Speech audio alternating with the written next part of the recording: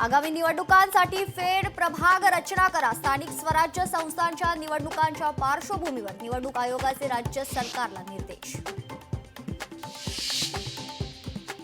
लाडकी बहीण योजनेतील लाभार्थींची पुन्हा पडताळणी होणार। लाडक्या बहिणींच्या घरातील पुरुषांचंही केवायसी होणार। कर्नल सोफिया कुरेशींबाबत वादग्रस्त वक्तव्य करणारे भाजप मंत्री विजय शहा अडचणीत।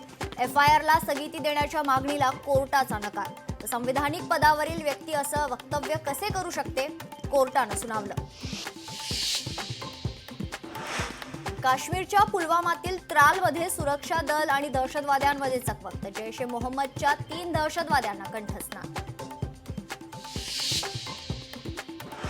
ज्यांनी धर्म विचारून मारला, आम्ही कर्म बघून अद्दल घडवली। श्रीनगर एअरबेसवर राजनाथ सिंग यांचं वक्तव्य। तर भारतीय सैन्याचा अभिमान असल्याचा पुनरुच्चार।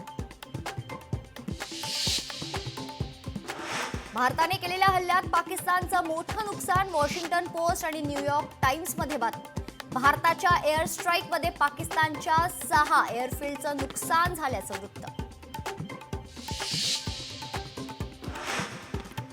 पुण्यातील सफरचंद व्यापाऱ्यांना पाकिस्तानातून धमकीचे फोन। तुर्कीच्या सफरचंदावर बंदी घातल्यानंतर धमक्या।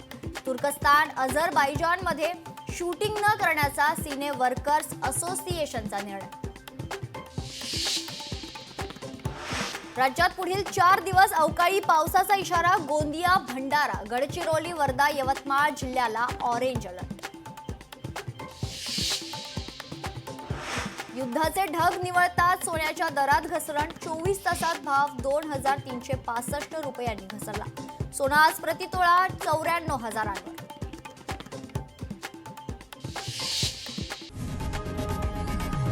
लोकशाही मराठी ऐका, पहा, जागरूक रहा।